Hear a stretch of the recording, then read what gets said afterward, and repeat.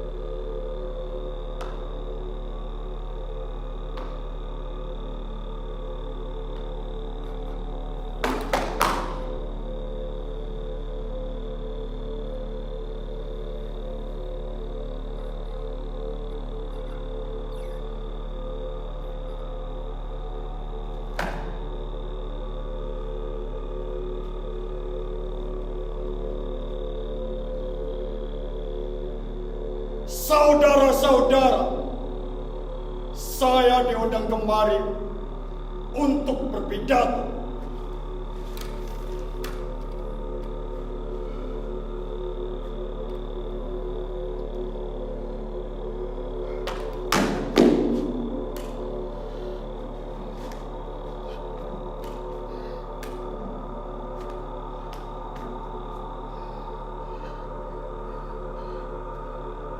Suatu hal yang tak pernah saya bayangkan dalam hidup saya.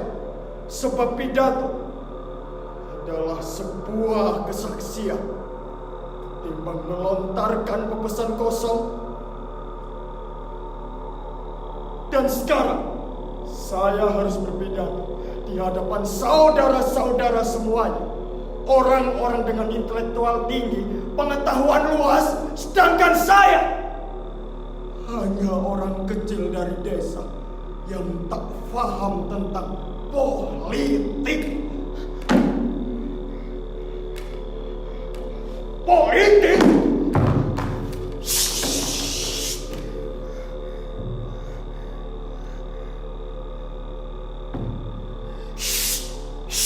Jangan keras-keras! Jangan keras-keras! Dan jangan digambarkan kepada mereka yang tidak hadir.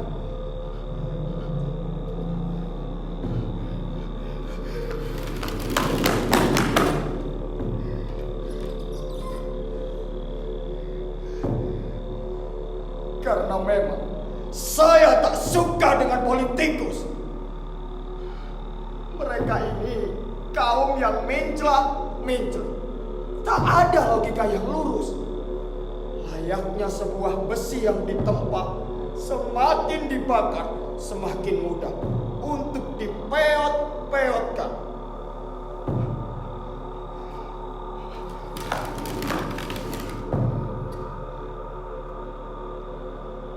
Bagi mereka, tak ada istilah sahabat ataupun sekutu, karena semuanya adalah alat untuk mencapai kuasa. Terkadang saya ini berpikir, kalau mereka ini lebih mirip dengan segerombolan tikus got yang tinggal di jalan-jalan perkotaan. Pada saat musim kemarau, mereka akan keluar untuk mencuri roti-roti serta keju-keju saudara. Dan di musim hujan, mereka akan menyebarkan penyakit yang disebut dengan leptospirosis. Ya, makanya banyak sekali orang kota yang berperilaku gila, kan? Itu semua karena kencing para tikus itu.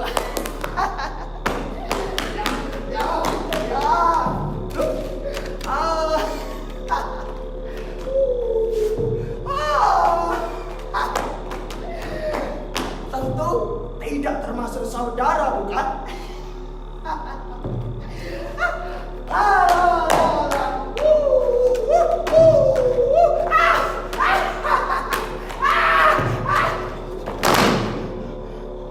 Karena saya tahu bahwa saudara-saudara semuanya adalah orang-orang berpendidikan. Memangnya kalian mau jika dipimpin oleh segerombolan tikus, ha? Tentu tidak, kan? Karena jika sampai kalian bersedia, nanti akan saya cap sama dengan para politikus itu.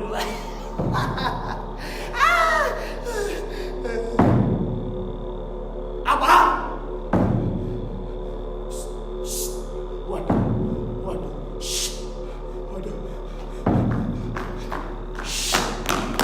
Jangan keras-keras. Yang di sana. Jangan keras-keras. Waduh. Ingat, jangan sampai yang lain terdengar. Waduh. Sudah cukup.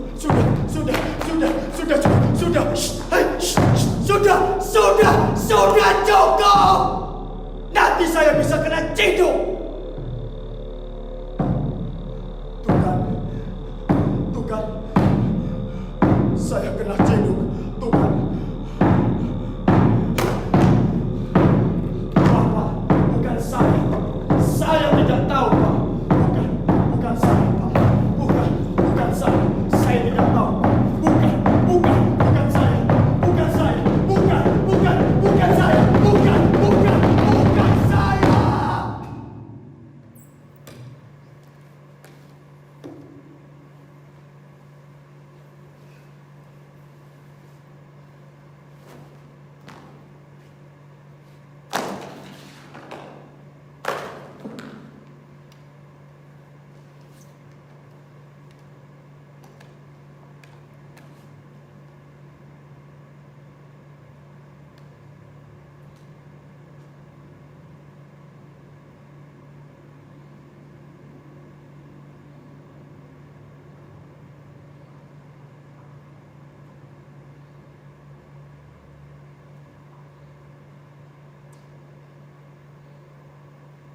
Pada bulan Desember 1965,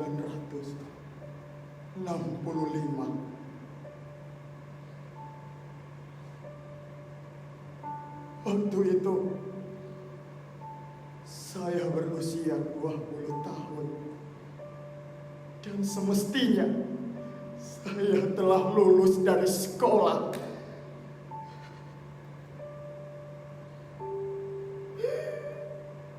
Akan tetapi, karena saya yang berasal dari keluarga miskin, terpaksa lebih memilih untuk putus sekolah.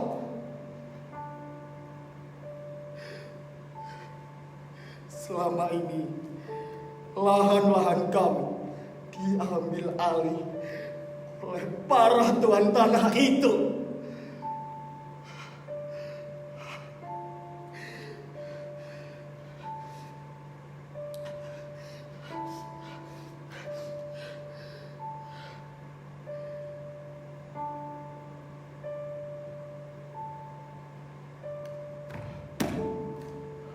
Malam itu, suasana sangat mencekam. Hujan gerimis disertai dengan lolongan anjing berkali-kali.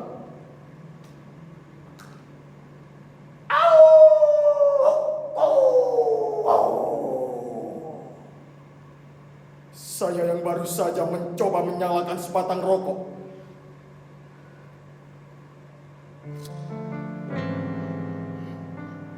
tiba-tiba datang beberapa orang berseragam hitam menggunakan selempang pedang dan berkata, "Saudara adalah antek-antek PKI.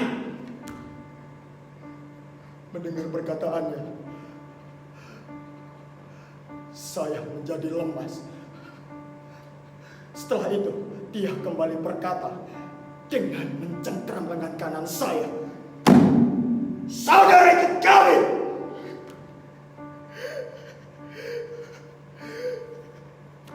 Karena memang pada saat itu, tuduhan dianggap sebagai vonis. Nyali saya tiba-tiba menciut. Darah ini seolah disedot menggunakan vacuum cleaner. Dengan memelas, saya mencoba untuk berkata, Bukan saya, Pak. Saya tidak tahu, Pak. Bukan saya, Pak. Saya tidak tahu, Pak. Bukan. Ah! Bukan. Ah!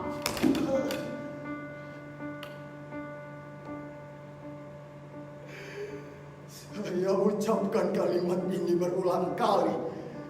Tentulah dengan tujuan agar bisa terbebas dari pemangsa sejarah itu.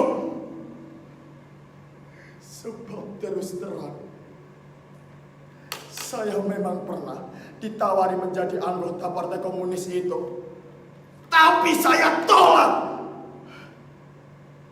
Karena memang saya tak ingin terlibat dengan politik.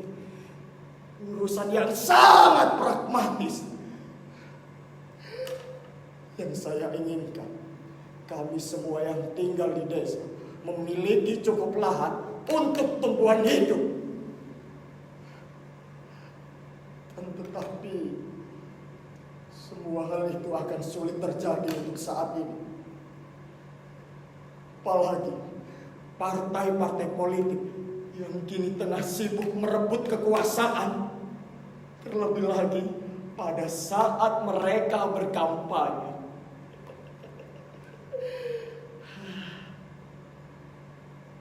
Setelah itu, pria tubuh besar itu kembali berkata,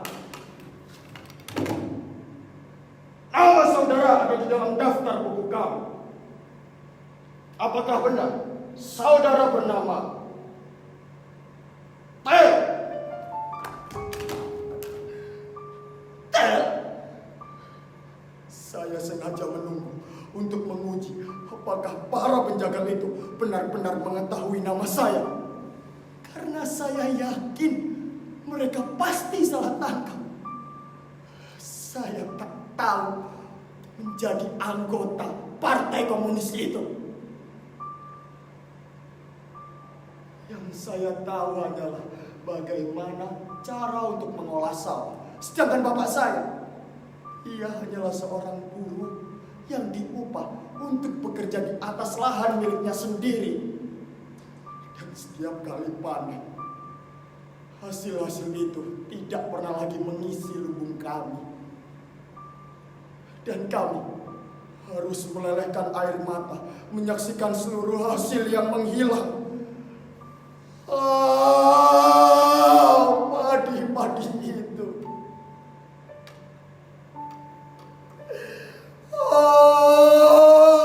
Tebu-tebu itu. Yang hilang entah diangkut kemana. Dan kami dibiarkan layaknya sebuah tikus yang mengais sisa-sisa. Kenapa kehidupan ini begitu kejam? Kenapa? Pemilik tak berdaya menghadapi penguasa. Bahkan status pemilik pun belum tentu berkuasa. Nama saya Meler, Pak. Saya tidak peduli.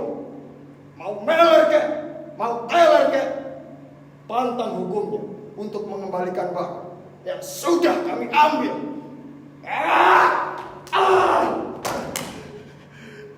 Barang?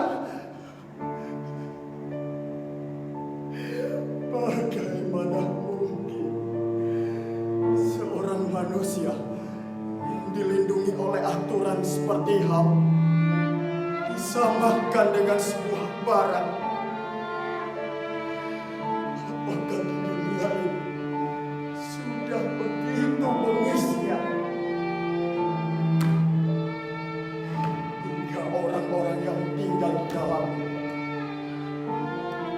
lagi mampu membedakan mana barang dan mana manusia.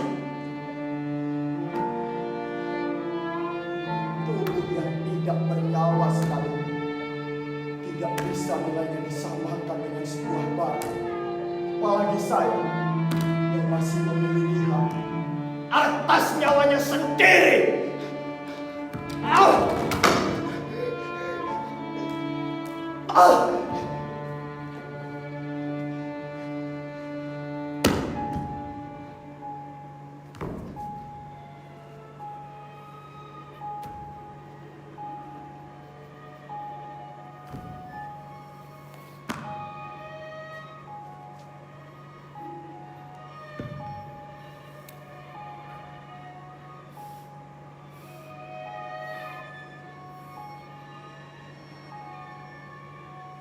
Aroma-aroma dari pabrik gula itu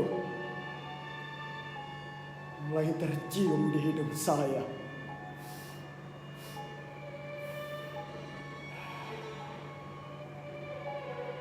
Saya yang bertahun-tahun hidup di perkebunan tebu, baru kali ini bisa mencium dengan jelas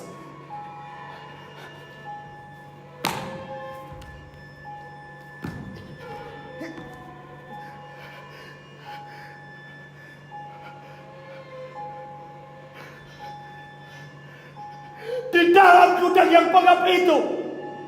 Saya melihat banyak sekali orang-orang yang sudah terduduk dengan tangan diikat. Beberapa di antara mereka adalah seorang petani yang nasibnya melarat seperti saya. Apakah mungkin seorang petani miskin yang tak melek huruf apalagi politik menjadi penumbang sebuah rezim? Apakah mungkin?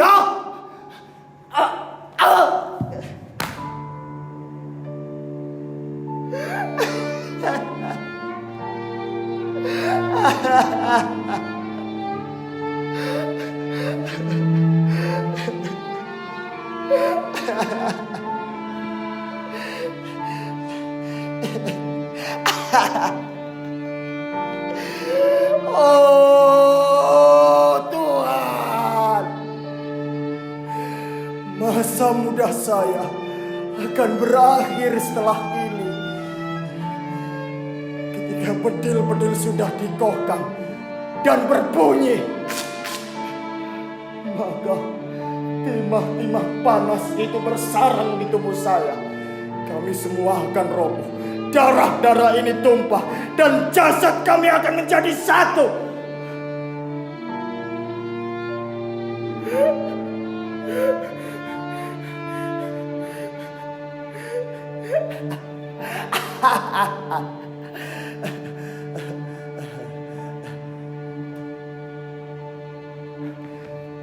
Karena tempias cahaya itu,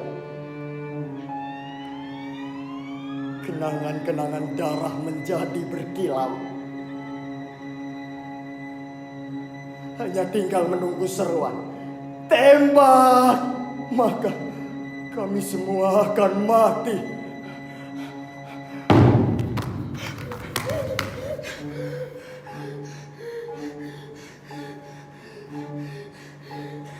Apakah bau amis darah kami belum cukup untuk menghentikan naluri setan para penjagal itu? Apa belum cukup,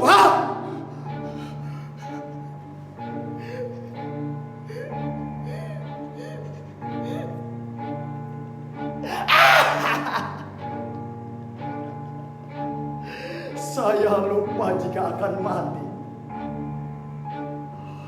Maka izinkanlah saya untuk berdoa dengan khusyuk sebentar saja.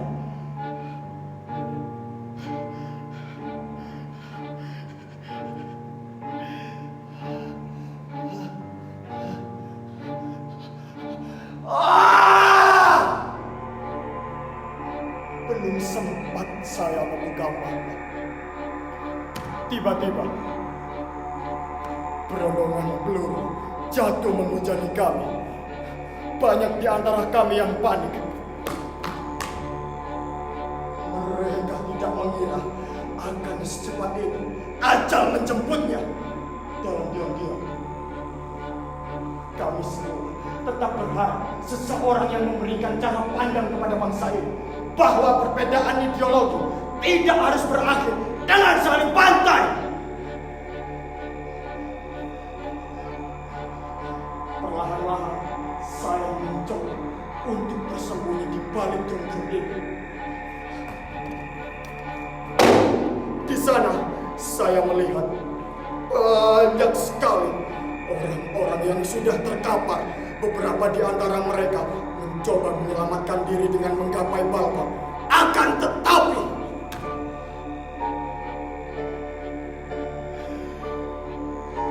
berombongan peluru pasti jauh lebih cepat ketimbang mereka yang merangkak. Darah-darah mereka tumpah, entah untuk apa. Toh jika saya harus terbunuh pada saat ini, apakah kekerasan berhenti di sini? Apakah kekerasan berhenti di balik pintu gudang tua ini?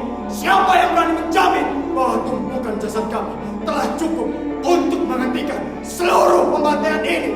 Siapa yang berani menjamin? Tiba-tiba drum-drum yang saya gunakan bersembunyi diberondong peluru oleh mereka.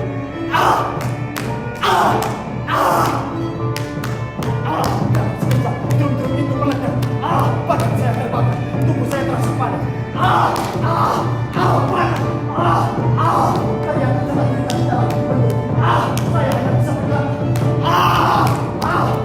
Tembak saya bajingan. Saya lebih pilih mati daripada seperti ini. Tembak saya bajingan. Panas. Panas. Panas.